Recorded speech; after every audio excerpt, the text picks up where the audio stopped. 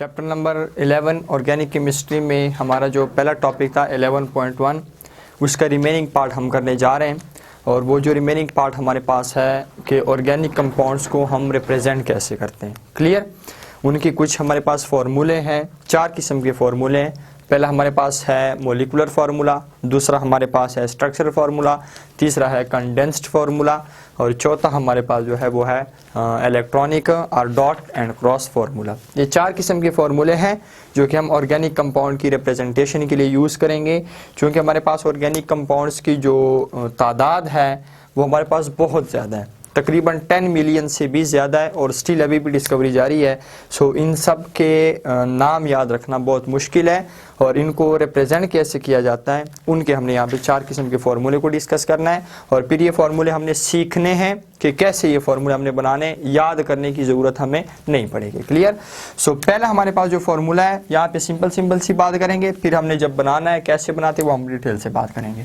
सो पहला हमारे पास जो फार्मूला है वो है हमारे पास मोलिकुलर फार्मूला। मैं यहाँ पे MF लिख देता हूँ, सिंपल। क्लियर। मोलिकुलर फार्मूला क्या चीज़ होता है। सपोज करें हम एक ऑर्गेनिक कंपाउंड है, उसका कोई एक मॉलिक्यूल ले लेते हैं, जैसे कि हमारे पास ब्यूटेन है C4H10। अब ये हमारे पास मोलिकुलर फार्मूला है। क्लियर। लेकिन मतलब क्या है इस मोलिकुलर फार्मूले का। मोलिकुलर फार्मूला एक ऐसा फार्मूला होता है जो हमें 2 किस्म की इंफॉर्मेशन देता है। पहली इंफॉर्मेशन हमें देता है कि कोई भी ऑर्गेनिक कंपाउंड है उसका, जैसे हमने ये मॉलिक्यूल ले लिया, अब ये क्या चीज़ है, मोलिकुलर फार्मूला है। ये मोलिकुलर फार्मूला हमें दो इंफॉर्मेशन दे रहा है। कौन सी इंफॉर्मेशन दे रहा है। पहली इंफॉर्मेशन तो ये दे रहा है कि ये हमारे पास जो मोलिक्यूल है ये कौन से एटम्स का बना हुआ है। क्लियर, विच एटम्स। दूसरा जो हमें इंफॉर्मेशन दे रही है, हमारे पास ये जो फार्मूला है, दूसरी जो हमें इंफॉर्मेशन दे रही है वो हमारे पास क्या चीज़ है, वो हमारे पास है कि कितने हैं, हाउ मैनी। क्लियर। ये 2 किस्म के इंफॉर्मेशन जो है वो हमें कौन दे रहा है, मोलिकुलर फार्मूला दे रहा है। मैं मजीद एक्सप्लेन कर देता हूँ। ये जो मोलिकुलर फार्मूला है हमें 2 किस्म की इंफॉर्मेशन दे रहा है। पहली बात तो ये कि कौन से एटम्स, कौन से एलिमेंट से बना हुआ है ये। क्लियर। दूसरी इंफॉर्मेशन ये है कि कितने एटम से बना हुआ है। अब पहले का आंसर क्या हो गया कि ये मॉलिक्यूल हमारे पास जो है ये किससे बना हुआ है, ये कार्बन प्लस हाइड्रोजन से बना हुआ है। हमें साफ नजर आ रहा है। क्लियर हो गया, ये पहली इंफॉर्मेशन। दूसरी इंफॉर्मेशन कितने से बना हुआ है, 4 कार्बन से प्लस हमारे पास 10 हाइड्रोजन से। क्लियर। सो मैं कंक्लूजन जो निकालना है, मैंने जो समराइज करना है, मोलिकुलर फार्मूला ऐसा फार्मूला जो किसी भी कंपाउंड के मॉलिक्यूल के बारे में आपको 2 किस्म की इंफॉर्मेशन देता है कि वो मॉलिक्यूल हमारे पास कौन से एटम से बना हुआ है और दूसरा कितने एटम से बना हुआ है। इस किस्म की इंफॉर्मेशन प्रोवाइड करने वाला फार्मूला, उसको हम क्या नाम देते हैं, मोलिकुलर फार्मूले का नाम देते हैं। क्लियर हो गया। इसी तरह सपोज करें आपके पास पेंटेन है, पेंटेन C5 हमारे पास H12 है। अब ये मोलिकुलर फार्मूला है, हमें साफ नजर आ रहा है 2 इंफॉर्मेशंस। वो कौन सी इंफॉर्मेशन है कि ये हमारे पास जो पेंटेन है ये किससे बना हुआ है, ये कार्बन और हाइड्रोजन से बना हुआ है। दूसरी इंफॉर्मेशन क्या है, कितने कार्बन से, 5 कार्बन से प्लस 12 हाइड्रोजन से बना हुआ है। इस किस्म के फार्मूले को हम क्या नाम देते हैं, मोलिकुलर फार्मूले का नाम देते हैं। क्लियर हो गया। सेकंड जो हम बात करेंगे, सेकंड हमारे पास है स्ट्रक्चरल फार्मूला। नेम से भी इंडिकेट करता है स्ट्रक्चर। क्लियर। हमारे पास जो एग्जैक्ट अरेंजमेंट होती है, सपोज करें हमारे पास, अभी मैंने बात की है कि हमारे पास ये ब्यूटेन है C4H10 है। मेरे पास 2 किस्म की इंफॉर्मेशन हमारे पास आती हैं कि ये किससे बना हुआ है, कार्बन से बना हुआ है प्लस हाइड्रोजन से बना हुआ है। दूसरी इंफॉर्मेशन क्या है, 4 कार्बन से प्लस हमारे पास 10 हाइड्रोजन से। इसी तरह मैंने अभी पेंटेन की बात की है कि C5H हमारे पास 12, ये भी हमें 2 इंफॉर्मेशन दे रहा है, कार्बन और हाइड्रोजन से बना हुआ है। दूसरी इंफॉर्मेशन क्या है, 5 कार्बन प्लस हमारे पास 12 हाइड्रोजन। अब ये हमारे पास क्या चीज़ है, मोलिकुलर फार्मूला है। स्ट्रक्चरल फार्मूला क्या होता है, स्ट्रक्चरल फार्मूला नेम से भी इंडिकेट करता है स्ट्रक्चर, हम अरेंजमेंट को कहते हैं। वो एक ऐसा फार्मूला होता है जो हमें एग्जैक्ट अरेंजमेंट बताता है किसकी, एटम्स की। तो ये जो हमारे पास ब्यूटेन है इसमें 4 कार्बन और 10 हाइड्रोजन तो हैं, लेकिन ये 4 कार्बन, ये 10 हाइड्रोजन किस तरह आपस में अरेंज हो गए, इनके अरेंजमेंट आपस में क्या है। इसी तरह पेंटेन 5 कार्बन है, 12 हाइड्रोजन इनसे तो बना हुआ है, लेकिन ये 5 कार्बन ये 12 हाइड्रोजन आपस में किस तरह अरेंज हो गए कि पेंटेन बन गए हैं। इस किस्म की इंफॉर्मेशन प्रोवाइड करने वाला फॉर्मूला कौन होता है, वो हमारे पास होता है स्ट्रक्चरल फॉर्मूला। क्लियर। सपोज करें आपके पास है पेंटेन है, इसका आप स्ट्रक्चरल फॉर्मूला कैसे बनाएंगे, सिंपल, बहुत सिंपल सी बात है। 5 कार्बन है, 5 कार्बन की चेन आप बना लें। क्लियर, ये आपके पास 5 कार्बन की चेन बन गई है। अब 12 हाइड्रोजन है, जो टर्मिनल कार्बन है, बिल्कुल एंड वाले कार्बन को हम नाम देते हैं टर्मिनल कार्बन। जैसे ये कार्बन है, ये कार्बन है, इसको हम नाम देते हैं टर्मिनल कार्बन का। बकाया सेंटर में जितने भी आते हैं वो सारे के सारे सेंट्रल कार्बन एटम होते हैं। ये टर्मिनल के अलावा जितने भी कार्बन एटम्स होते हैं ये सारे के सारे हमारे पास सेंट्रल होते हैं। अब टर्मिनल कार्बन पे भी 3 हाइड्रोजन आएंगे, इस टर्मिनल कार्बन पे भी 3 हाइड्रोजन आएंगे, इस टर्मिनल कार्बन पे भी 3 हाइड्रोजन आएंगे। बाकी जितने भी सेंट्रल के कार्बन एटम्स होंगे सबके ऊपर 2-2 हाइड्रोजन आएंगे, एक ऊपर एक हमारे पास नीचे। अब आप देख रहे हैं कि 5 कार्बन और 12 हाइड्रोजन आपस में किस तरह अरेंज हो गए पेंटेन के अंदर। क्लियर। सो इस किस्म की इंफॉर्मेशन प्रोवाइड करने वाला फॉर्मूला जो हमारे पास होता है वो कौन होता है, वो हमारे पास स्ट्रक्चरल फॉर्मूला होता है। क्लियर हो गया। यहाँ पे हमारे पास एक बात लिखी गई है लेकिन उसको मैं यहाँ पे एक्सप्लेन नहीं करूंगा। यहाँ पे लिखते हैं कि हमारे पास अगर कार्बन कार्बन के बीच में सिंगल बॉन्ड हो तो हम सिंगल लाइन से रिप्रेजेंट करेंगे, हमारे पास डबल बॉन्ड हो तो डबल लाइन से। खैर ये हमारे पास बात की बात है, जब हम फॉर्मूले डिराइव करेंगे वहाँ पे हम इसकी डिटेल में बात करेंगे। क्लियर हो गया। तीसरा जो हमारे पास फॉर्मूला है वो हमारे पास है कंडेंस्ड फॉर्मूला। अब कंडेंस्ड फॉर्मूला क्या होता है, सपोज करें मैं अगेन स्टार्ट से ही करूंगा, वैसे ही हमारे पास ब्यूटेन है C4, साथ हमारे पास H10, 4 कार्बन से बना हुआ है, 10 हाइड्रोजन से बना हुआ है। स्ट्रक्चरल फॉर्मूला क्या बनता है, हमारे पास 4 कार्बन एटम्स हैं, 4 कार्बन हो गए, टर्मिनल कार्बन एटम्स पे 3-3 हाइड्रोजन आएंगे। क्लियर हो गया। जबकि सेंट्रल कार्बन एटम्स पे हमारे पास 2-2 हाइड्रोजन आएंगे। क्लियर। ऐसा क्यों होता है, इसको भी एक दफ़ा हम सिंपल सी बात कर लेते हैं, नज़र मार लेते हैं। देखिए हमने पहले भी बात की है कि कार्बन जो है इसकी वैलेंसी टेट्रा होती है, 4 वैलेंसी होती है, इसके आउटरमोस्ट शेल में 4 इलेक्ट्रॉन प्रेजेंट होते हैं। अब ये देखें आपके पास ये 4 इलेक्ट्रॉन है कार्बन के। अब इस कार्बन ने एक इलेक्ट्रॉन उधर शेयर कर लिया है, एक इलेक्ट्रॉन इस हाइड्रोजन के साथ, एक इलेक्ट्रॉन इस हाइड्रोजन के साथ, चौथा इलेक्ट्रॉन इसने इस कार्बन के साथ शेयर कर लिया। क्लियर हो गया। अब ये जो कार्बन है ये वाला सेंट्रल वाला, इसके लिए क्या केस है, इसके लिए इसने एक इलेक्ट्रॉन इस कार्बन के साथ शेयर किया हुआ है, एक इलेक्ट्रॉन इस कार्बन के साथ शेयर किया हुआ है, बकाया 2 इलेक्ट्रॉन बच गए, उसमें से तीसरा हाइड्रोजन के साथ, 14 भी हाइड्रोजन के साथ। Same is the case for इस वाले कार्बन के साथ, ऐसी केस है। और ये जो कार्बन है इसका अगेन वही टर्मिनल कार्बन वाले जैसा हमारे पास केस है। क्लियर हो गया। अब कंडेंस्ड फार्मूला क्या होता है, कंडेंस्ड फार्मूला हमारे पास ऐसा फार्मूला होता है जो हमें क्या चीज़, हमें एक ऐसी इंफॉर्मेशन देता है कि हमारे पास कार्बन एटम के साथ कौन सा ग्रुप ऑफ एटम लगा हुआ है, किस तरह का ग्रुप ऑफ एटम हमारे पास लगा हुआ है। क्लियर है। सपोज करिए मेरे पास कार्बन एटम है, क्लियर, इसके साथ कौन सा ग्रुप ऑफ एटम लगा हुआ है, 3 हाइड्रोजन एटम का ग्रुप लगा हुआ है। हमारे पास ये CH3 बन गया, फिर हमारे पास ये बॉन्ड है, फिर मेरे पास ये कार्बन है, इसके साथ कौन सा ग्रुप ऑफ एटम लगा हुआ है, 2 हाइड्रोजन एटम का ग्रुप लगा हुआ है। क्लियर। फिर हमारे पास ये बॉन्ड है, तीसरा हमारे पास कार्बन है, इसके साथ कौन सा ग्रुप ऑफ एटम लगा हुआ है, 2 हाइड्रोजन एटम का ग्रुप लगा हुआ है। इस तरह हमारे पास चौथा कार्बन है, इसके साथ कौन सा ग्रुप ऑफ एटम लगा हुआ है, 3 हाइड्रोजन एटम का ग्रुप लगा हुआ है। इस किस्म की इंफॉर्मेशन प्रोवाइड करने वाला फॉर्मूला हमारे पास कौन सा होता है, कंडेंस्ड फॉर्मूला होता है। क्लियर। ये हमारे पास कंडेंस हो जाता है। आप देख रहे हैं स्ट्रक्चरल फॉर्मूले को हमने कंडेंस कर लिया है। क्लियर हो गया। कार्बन के साथ कौन सा ग्रुप ऑफ एटम, किस किस्म का ग्रुप ऑफ एटम लगा हुआ है, इस किस्म की इंफॉर्मेशन देने वाला फॉर्मूला जो है वो कौन है, वो हमारे पास है कंडेंस्ड फॉर्मूला। क्लियर। चौथा फॉर्मूला हमारे पास है, उसको हम 2 नाम देते हैं, उसको इलेक्ट्रॉनिक फॉर्मूले का भी नाम देते हैं, डॉट एंड क्रॉस का भी नाम देते हैं। क्लियर हो गया। अब ये जो फॉर्मूला है, ये फॉर्मूला हमें क्या इंफॉर्मेशन देता है, ये फॉर्मूला जो हमारे पास है ये इलेक्ट्रॉन शेयरिंग के बारे में हमें इंफॉर्मेशन देता है कि कौन से कार्बन ने इलेक्ट्रॉन शेयर किए हुए हैं, किस तरह शेयर किए हुए हैं, किसके साथ शेयर किए हुए हैं। देखें कार्बन एटम ने इलेक्ट्रॉन्स शेयर किए हुए, किसके साथ किए हुए, किस तरह किए हुए, क्लियर हो गया। ये इस किस्म की इंफॉर्मेशन देने वाला हमारे पास जो फार्मूला होता है वो कौन सा होता है, वो इलेक्ट्रॉनिक और डॉट एंड क्रॉस फार्मूला होता है।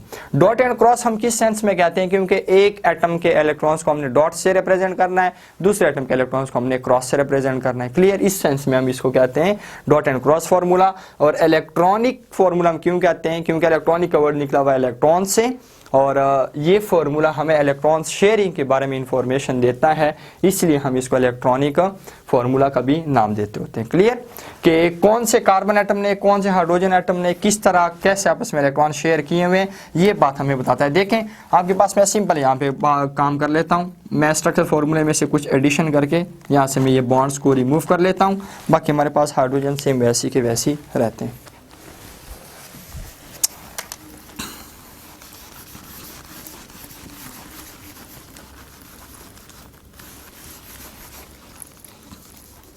मैंने यहाँ से ये सारे बॉन्ड्स रिमूव कर लिए, क्लियर। वही ब्यूटेन है। अब ब्यूटेन में आप देखें ज़रा हमारे पास ये जो कार्बन है इसका आउटरमोस्ट शेल में कितने इलेक्ट्रॉन्स हैं, 4 इलेक्ट्रॉन्स हैं, क्लियर हो गया। इसको मैंने ऐसे क्रॉस से रिप्रेजेंट कर लिया। इस कार्बन एटम के आउटरमोस्ट शेल में कितने इलेक्ट्रॉन्स हैं, इसकी भी आउटरमोस्ट शेल में 4 इलेक्ट्रॉन्स हैं हमारे पास, इसको मैंने यहाँ पे डॉट से रिप्रेजेंट कर लिया, क्योंकि उसका क्रॉस आ रहा है इसलिए मैंने इसका डॉट कर लिया। अब इसका हमारे पास, इसके भी आउटरमोस्ट शेल में कितने इलेक्ट्रॉन्स हैं, इसकी भी आउटरमोस्ट शेल में 4 इलेक्ट्रॉन्स हैं, इसका क्रॉस आ रहा है इसलिए मैंने यहाँ पे डॉट लगा दिया। इसकी भी आउटरमोस्ट शेल में कितने इलेक्ट्रॉन्स हैं, 4 इलेक्ट्रॉन्स हैं, यहाँ पे क्रॉस आ रहा है इसलिए मैंने यहाँ पे डॉट लगा दिया, क्लियर हो गया। अब आप देख रहे हैं हमारे पास ये जो हाइड्रोजन है इसका मैं यहाँ पे डॉट लगा देता हूँ, ये भी हमारे पास डॉट बन जाएगा, ये भी हमारे पास डॉट, ये भी डॉट, ये भी डॉट, ये सारे हमारे पास डॉट लगा देते हैं, क्लियर हो गया।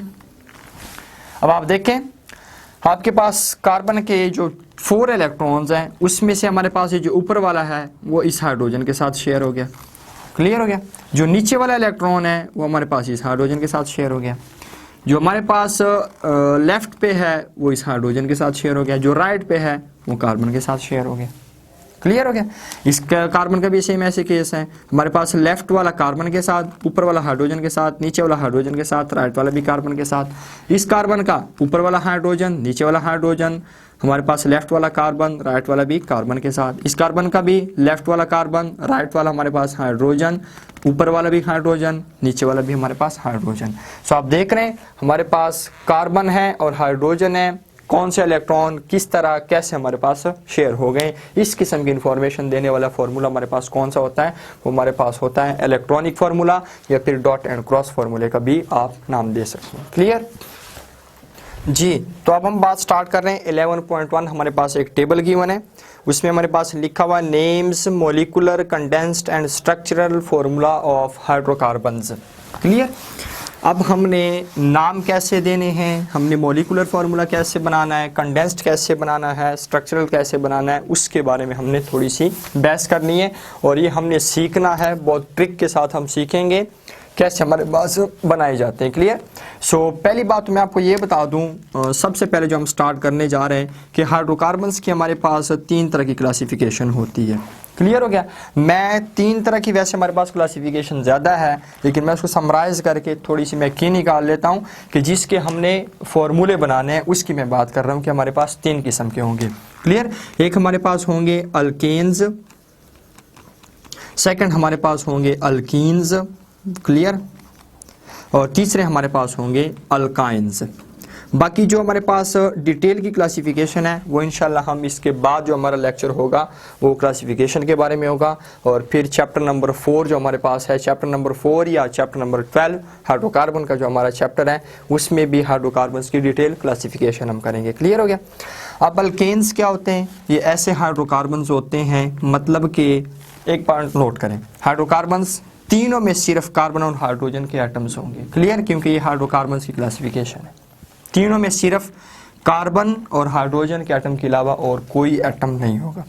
सो अल्केन्स ऐसे हाइड्रोकार्बन्स हैं जिसमें सारे के सारे carbon atoms single covalent bond के जरिए अटैच होंगे, क्लियर, मतलब कि सिंगल कोवेलेंट बॉन्ड अल्केन्स का फंक्शनल ग्रुप है। सेकंड, अल्कीन्स ऐसे हाइड्रोकार्बन्स हैं जिसमें एटलीस्ट 1 डबल बॉन्ड मौजूद होगा, और ये डबल बॉन्ड कार्बन कार्बन के बीच में मौजूद होना चाहिए। 1 लाजमी है, 1 से ज़्यादा हो सकते हैं। क्लियर। अल्काइंस ऐसे हाइड्रोकार्बन्स हैं जिसमें एटलीस्ट 1 ट्रिपल बॉन्ड मौजूद लाजमी होगा। 2 कार्बन एटम्स के बीच में 1 से ज़्यादा हो सकते हैं, लेकिन 1 लाजमी है। क्लियर हो गया। अब यहाँ पे जो हम काम करेंगे, यहाँ पे हम अल्केन्स की नेमिंग, मॉलिक्यूलर, कंडेंस्ड और स्ट्रक्चरल फॉर्मूले के बारे में बात करेंगे। अल्कीन्स और अल्काइंस की फिर इंशाल्लाह हम नेक्स्ट लेक्चर में बात करेंगे। क्लियर हो गया। वैसे चैप्टर में अल्कीन्स और अल्काइंस का नहीं है, लेकिन हम सीखने के लिए अल्कीन्स और अल्काइंस का भी करेंगे। क्लियर हो गया। सो अब हम चलते हैं कि कैसे नेमिंग करनी है जी। तो फर्स्ट ऑफ ऑल मैं बात करूंगा प्रीफिक्स की, और एक हमारे पास होता है सफिक्स। 2 चीज़ें हमारे पास हैं। प्रीफिक्स क्या होता है, सफिक्स हमारे पास क्या होता है, इसके बारे में हमने जानना है।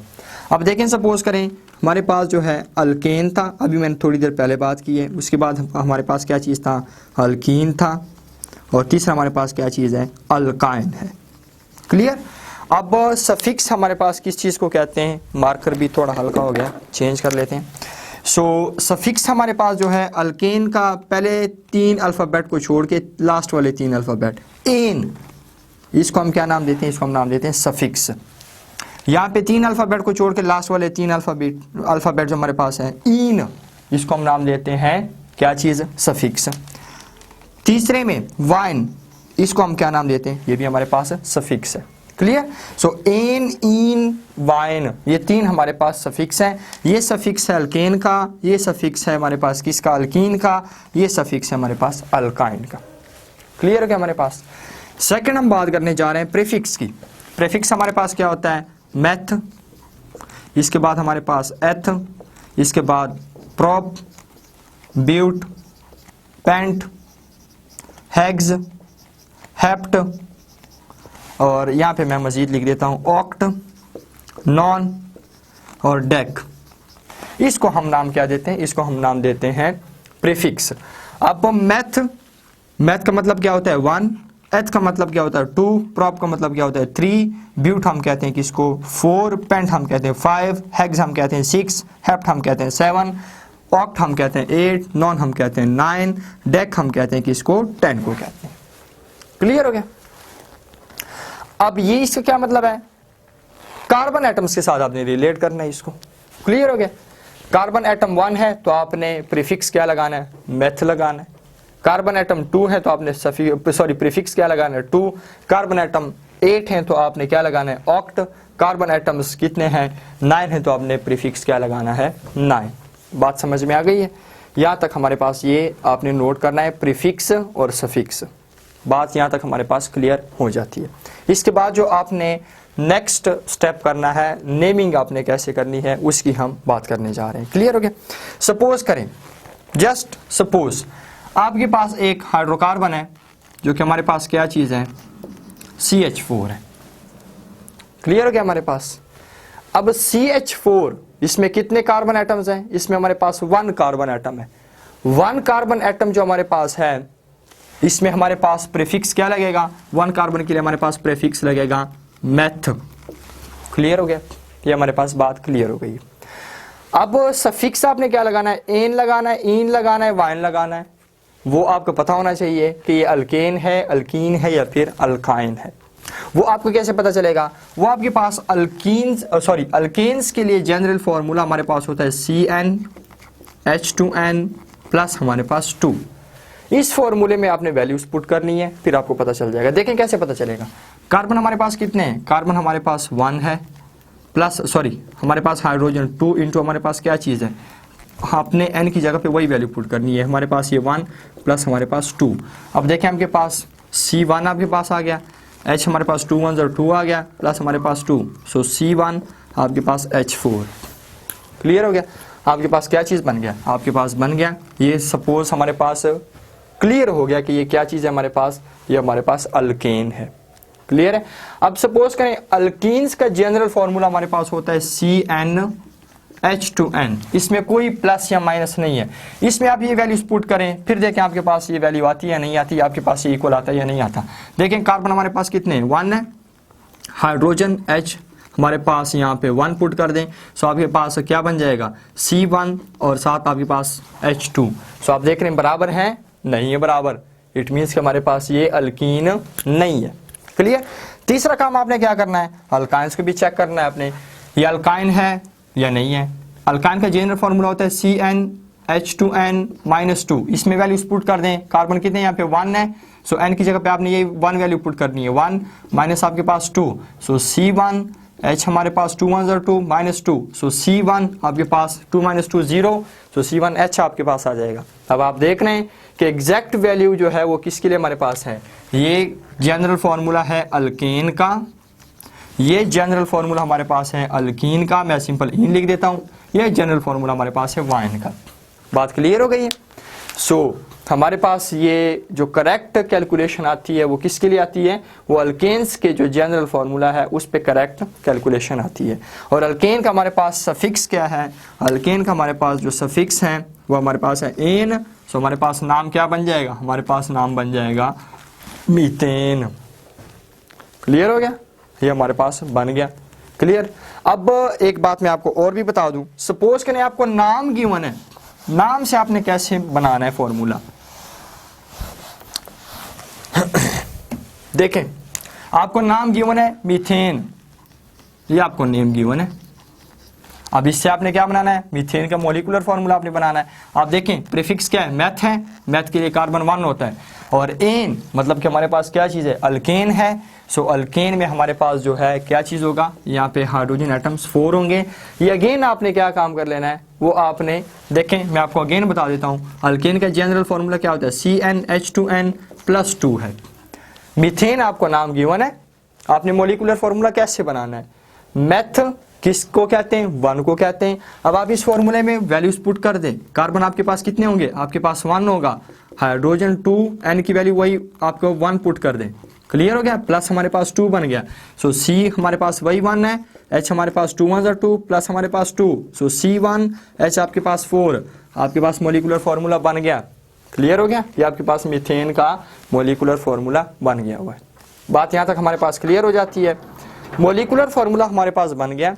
मीथेन का जो कंडेंस्ड फार्मूला होता है वो भी हमारे पास यही होता है, CH4 हमारे पास होता है, 1 को हम जनरली लिखते नहीं है। कंडेंस्ड फार्मूला भी यही होता है।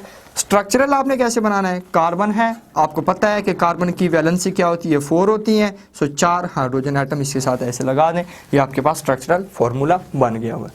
बात यहाँ तक हमारे पास क्लियर हो जाती है। नेक्स्ट 1-2 एग्जाम्पल और कर लेते हैं।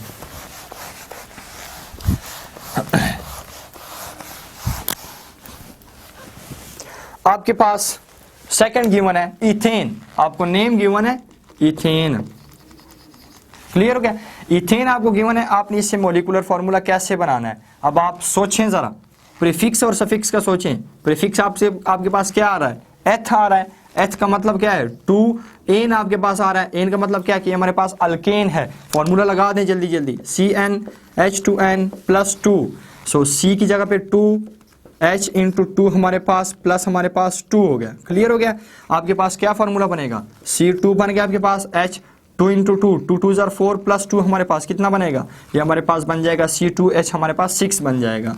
क्लियर। सो आपके पास क्या चीज़ बन गया, आपके पास बन गया किसका फॉर्मूला, आपके पास इथेन का मॉलिक्यूलर फार्मूला बन गया। कंडेंस्ड फार्मूला आप इसका कैसे बनाएंगे, कंडेंस्ड फार्मूला आपने इसका बनाना है, 2 कार्बन एटम्स हैं, 2 कार्बन एटम आप ऐसे लगा दें। क्लियर हो गया, कितने हाइड्रोजन है, इसका 1 इलेक्ट्रॉन किधर शेयर हो गया, इस कार्बन के साथ 1 इलेक्ट्रॉन की शेयरिंग हो गई है, 3 इलेक्ट्रॉन्स रहते हैं हमारे पास, तो 3 इलेक्ट्रॉन के साथ इसके साथ भी 3 हाइड्रोजन हो जाएंगे, इसके साथ भी 3 हाइड्रोजन हो जाएंगे। ये हमारे पास क्या चीज़ बन गया, इसका कंडेंस्ड, सॉरी हमारे पास ये कंडेंस्ड फार्मूला बन गया। स्ट्रक्चरल फार्मूला कैसे बनाएंगे, 2 कार्बन एटम्स हैं, क्लियर हो गया, इसके ऊपर 3 हाइड्रोजन, इसके ऊपर भी ऐसे 3 hydrogen, molecular sorry structural formula हमारे पास बन गया। क्लियर। नेक्स्ट, अच्छा इसका अगर आपको मॉलिक्यूलर फार्मूला गिवन है, सपोज करें आपको C2H6 आपको गिवन है, अब आपने क्या काम करना है, इसको आपने नाम कैसे देना है, C2 है आपके पास, तो 2 को क्या कहते हैं, एथ कहते हैं, आपने एथ लगा देना है। अब सफिक्स रहता है वो आपने एन लगाना है, इन लगाना है, वाइन लगाना है, वो आप अगेन फॉर्मूले, तीनों फॉर्मूले आप अप्लाई करेंगे। अल्केन का भी CnH2n+2, अल्कीन का भी CnH2n और अल्काइन का भी CnH2n-2।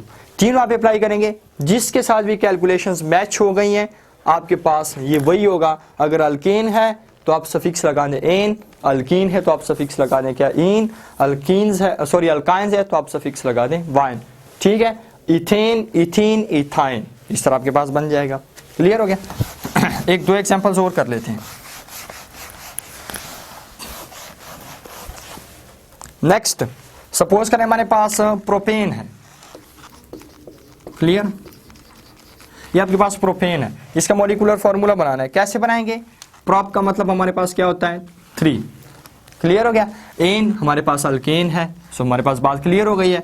जनरल फॉर्मूला क्या है हमारे पास है CnH2n+2। अब प्रोप हमारे पास क्या है 3 है, सो वैल्यूज पुट कर दें C3H हमारे पास 2 इंटू हमारे पास 3 प्लस 2 हमारे पास, डायरेक्ट मैं कर रहा हूँ C3H हमारे पास 2 3 ज़र क्या हो जाएगा 6 प्लस 2 हमारे पास 8। सो मॉलिक्यूलर फार्मूला हमारे पास बन गया प्रोपेन का। बात क्लियर हो गई है। कंडेंस्ड कैसे बनाएंगे? प्रोपेन के बाद हमने एक और ट्रिक सीखनी है कंडेंस्ड फार्मूले के लिए, वो हम कैसे सीखते हैं देखें जी। तो हमने इसका कंडेंस्ड फार्मूला कैसे बनाना है देखें। आपने सिंपल सा एक काम करना है, आपने काम करना है CH3 ग्रुप लगा दो इधर, इधर भी आपने क्या काम करना है, इधर भी आपने CH3 ग्रुप लगा देना है, बीच में आपने ब्रैकेट लगा देने, यहाँ पे आपने CH2 ग्रुप लगा देने। बात हमारे पास क्लियर हो गई है। ये हमारे पास इसके लिए क्या बन गया कंडेंस्ड फार्मूला बन गया। क्लियर हो गया। अब हम चौथी एक और एग्जांपल करेंगे, फिर वहां से हमारे पास इसकी मजीद समझ आ जाएगी। बात क्लियर हो गई। यहाँ पे मैं एक और एग्जांपल कर लेता हूँ। सपोज करें मेरे पास एक और एग्जांपल है, एक एग्जांपल और करूँगा, उसको हम एक्सप्लेन करके फिर हम बस करेंगे, बाकी आपने खुद प्रैक्टिस करनी है। क्लियर हो गया। यहाँ पे मैं एक एग्जांपल ले लेता हूँ ऑक्टेन की। क्लियर, यहाँ पे हमारे पास एग्जांपल है ऑक्टेन। नेम आपको गिवन है, इसके आपने सारे फॉर्मूले बनाने, मोलिकुलर भी बनाना है, कंडेंस्ड भी बनाना है, स्ट्रक्चरल भी बनाना है, बहुत इजी है। ऑक्ट हमारे पास प्रीफिक्स क्या है ऑक्ट, ऑक्ट किसको कहते हैं हम 8 को कहते हैं। एन हमारे पास अल्केन है। क्लियर हो गया। सो सीधा सीधा काम करें, अल्केन का जनरल फॉर्मूला लगा दें CnH2n प्लस हमारे पास 2 हो गया। अब ऑक्ट इसमें आप वैल्यूज पुट कर दें C8H आपके पास 2 इंटू 8 प्लस हमारे पास 2। सो आपके पास क्या बन जाता है, इसको मैंने रिमूव नहीं करना क्योंकि मैंने वहाँ से रिलेट करके इसकी हम मजीद थोड़ा सा समझेंगे अभी। क्लियर हो गया। सो हमारे पास क्या बन जाएगा मॉलिक्यूलर फार्मूला ऑक्टेन का C8 डायरेक्ट मैं कर रहा हूँ H2 इंटू 8 हमारे पास 16 प्लस 2 हमारे पास क्या बन जाएगा हाइड्रोजन हमारे पास 18 बन जाएंगे। बात हमारे पास क्लियर हो जाती है। ये हमारे पास क्या चीज़ बन गया, ये हमारे पास ऑक्टेन का मॉलिक्यूलर फार्मूला बन गया। कंडेंस्ड आपने कैसे बनाना है देखें ज़रा। जैसे मैंने आपको क्या कहा था कि प्रोपेन के बाद आपने एक और ट्रिक अप्लाई करना है। वो ट्रिक आपके पास क्या है कंडेंस्ड के लिए, आपने एक साइड पे भी CH3 लगा देना है, आपने दूसरे साइड पे भी CH3 लगा देना है, बीच में आपने ब्रैकेट लगा देना है, वहाँ पे आपने CH2 लगा देना है। बात क्लियर हो गई हमारे पास यहाँ पे। अब इसको आपने इग्नोर करना है, इसको आपने काउंट ही नहीं करना। देखें यहाँ पे हमारे पास कार्बन एटम कितने हैं 8 हैं, यहाँ पे 8 हैं मॉलिक्यूलर फार्मूले में। यहाँ पे मैंने ऐसे लगा दिया है।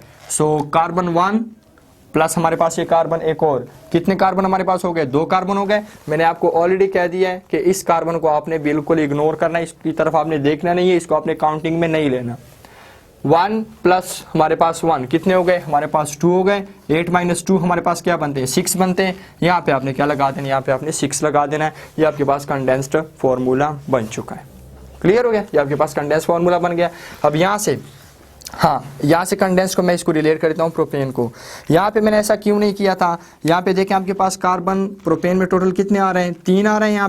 यहाँ पे आपके पास कार्बन 1 हो गया, यहाँ पे आपके पास कार्बन 2 हो गया। क्लियर हो गया। आपने हम क्या लगा दिया है 2 कार्बन आपके पास हो गए, यहाँ पे आप एक और 1 लगा दें। क्लियर हो गया। C3 आपके पास 2 माइनस कर दें, रिजल्ट 1 बचता है। हमने यहाँ पे 1 लगा दिया और आपको पता है 1 हम यहाँ पे लिखते नहीं है, इसलिए मैंने इसको एज इट इज़ ऐसा लिख दिया। क्लियर हो गया। अब इसका स्ट्रक्चरल फॉर्मूला आप कैसे बनाएंगे बहुत ईजी है। आपके पास 8 कार्बन एटम की चेन बना दें, टर्मिनल कार्बन पे एटम पे आप 3-3 हाइड्रोजन लगा दें, जितने भी सेंट्रल है उसके ऊपर आप क्या लगा दें, उसके ऊपर आप 2-2 हाइड्रोजन लगा दें। सपोज करें मेरे पास कार्बन 1 2 3 4 5 6 7 ये हमारे पास 8, ये टर्मिनल कार्बन एटम है, ये भी टर्मिनल कार्बन एटम है। आप देख रहे हैं टर्मिनल कार्बन एटम है, इस पे कितने हाइड्रोजन है? 3 हाइड्रोजन है। ये भी टर्मिनल कार्बन एटम है, इस पे कितने हाइड्रोजन एटम है? इस पे 3 हाइड्रोजन एटम है। ये हमारे पास 6, इस कार्बन के साथ यहाँ पे 1 है तो मल्टीप्लाई हो गया, कितने हो गए? 6 1 ज़ा 6, 1 2 3 4 5 6 कार्बन एटम हो गए या नहीं हो गए? अब 6 कार्बन एटम पे हर एक पे कितने हाइड्रोजन है? टोटल 2 हाइड्रोजन है हमारे पास। और टोटल 6 कार्बन एटम पे टोटल हाइड्रोजन कितने हैं? 6 मल्टीप्लाइड बाई 2 कितने हैं? 12। सो 6 हमारे पास ऊपर, 6 नीचे। क्लियर हो गया? हमारे पास 12 है इसके ऊपर। बात यहाँ तक हमारे पास क्लियर हो गई है। ये हमारे पास मॉलिकुलर फार्मूला है, नेमिंग है, कंडेंस्ड फार्मूला है और स्ट्रक्चरल फार्मूले हैं। बहुत हमारे पास इजी है, बट ट्रिक आनी चाहिए आपको। क्लियर? याद करने की आपको ज़रूरत बिल्कुल नहीं है। लास्ट एक एग्जांपल मैं कर रहा हूँ। लास्ट एग्जांपल हमने करनी है हेक्सेन के लिए। क्लियर? दोनों की तरह से मैं करूँगा। आपको क्या गिवन है? आपको नेम गिवन है, इससे आपने क्या बनाना है? इससे आपने बनाना है मॉलिकुलर फार्मूला। सोचें जल्दी जल्दी, शाबाश। प्रीफिक्स है, प्रीफिक्स हमारे पास क्या है? हेक्स है। हेक्स हम कहते हैं 6 को। सफिक्स हमारे पास क्या है? एन है, मतलब कि अल्केन है। अल्केन का जनरल फार्मूला लिखो, CnH2n+2। वैल्यूज पुट करो, C6H हमारे पास 2 × 6 प्लस हमारे पास 2। क्लियर हो गया? क्या बन जाएगा आपके पास मॉलिक्यूलर फार्मूला? C6H आपके पास 2 6 हमारे पास 12 + 2 आपके पास कितना बन गया? टोटल हमारे पास 14 बन गया। आप देख रहे हैं आपके पास हेक्सेन का क्या बन गया? आपके पास मॉलिक्यूलर फार्मूला बन गया। कंडेंस्ड कैसे बनाएंगे? अगेन ट्रिक अप्लाई करें, किसी से बगैर पूछे ये काम आपने लाजमी करना है। पहले 3 के लिए नहीं, बल्कि प्रोपेन के लिए भी आपने करना है, पहले 2 के लिए आपने नहीं करना, मीथेन और इथेन के लिए। एक साइड पे CH3 लगा दिया, दूसरे साइड पे CH3 लगा दिया, सेंटर में आपने क्या लगा दिया? CH2 ग्रुप लगा दिया। अब यहाँ पे टोटल कितने 6 हमारे पास कार्बन एटम्स हैं? 6 कार्बन एटम्स हैं यहाँ पे। ठीक है, 6 में से हमने क्या माइनस करना है? 2 माइनस करना है, 1 और 1। क्लियर हो गया? हमने 6 में से 2 माइनस करो, यहाँ पे 6 कार्बन एटम है, यहाँ पे 1 ये हो गया, 1 ये हो गया, 2 हो गए। Again I am telling you, इस कार्बन को आपने काउंट नहीं करना। क्लियर हो गया? सो 6 - 2 हमारे पास, 6 - 2 क्या रिजल्ट आता है? 4 को आप यहाँ पे लगा दें, आपका कंडेंस्ड फार्मूला भी बन गया। स्ट्रक्चरल आपने कैसे बनाना है? स्ट्रक्चरल आपने बनाना है, कितने कार्बन एटम्स हैं? 6 कार्बन एटम की चेन बना लो, 1 2 3 4 5, ये आपके पास 6 है। क्लियर? अब इसको देखें आप जरा, टर्मिनल कार्बन एटम है, इसके ऊपर कितने हाइड्रोजन है? 3 हाइड्रोजन है। मैं लगा नहीं रहा, टाइम हमारे पास कम है। यहाँ पे हमारे पास टर्मिनल कार्बन एटम है, कितने हाइड्रोजन है? 3 हाइड्रोजन एटम है। क्लियर? ये हमारे पास यहाँ पे ब्रैकेट के बाहर देखें, मैथ्स के रूल्स का आपको पता होगा। ठीक है, यहाँ पे हमारे पास 4 कार्बन एटम्स हैं सेंट्रल में, 1 2 3 4। हाँ जी करेक्ट है, 4 कार्बन एटम है हमारे पास सेंटर में। क्लियर हो गया? और चारों पे कितने हाइड्रोजन लगेंगे? 2 हाइड्रोजन लगेंगे हर एक के ऊपर। सेंटर कार्बन एटम के ऊपर टोटल हाइड्रोजन एटम्स कितने हैं? 4 2 8। देखें 1 2 3 4 5 6 7 8। हाँ जी, हर चीज हमारे पास करेक्ट आ रही है, बिल्कुल। सो ये आपके पास है नेम, उसके बाद मॉलिकुलर, कंडेंस्ड और स्ट्रक्चरल फार्मूला। हाँ जी, अब इसमें एक अगेन मैं आपको बता देता हूँ। सपोज करें आपको ये एक फार्मूला गिवन है, मॉलिकुलर फार्मूला, उसको आपने नेम कैसे देना है। क्लियर हो गया?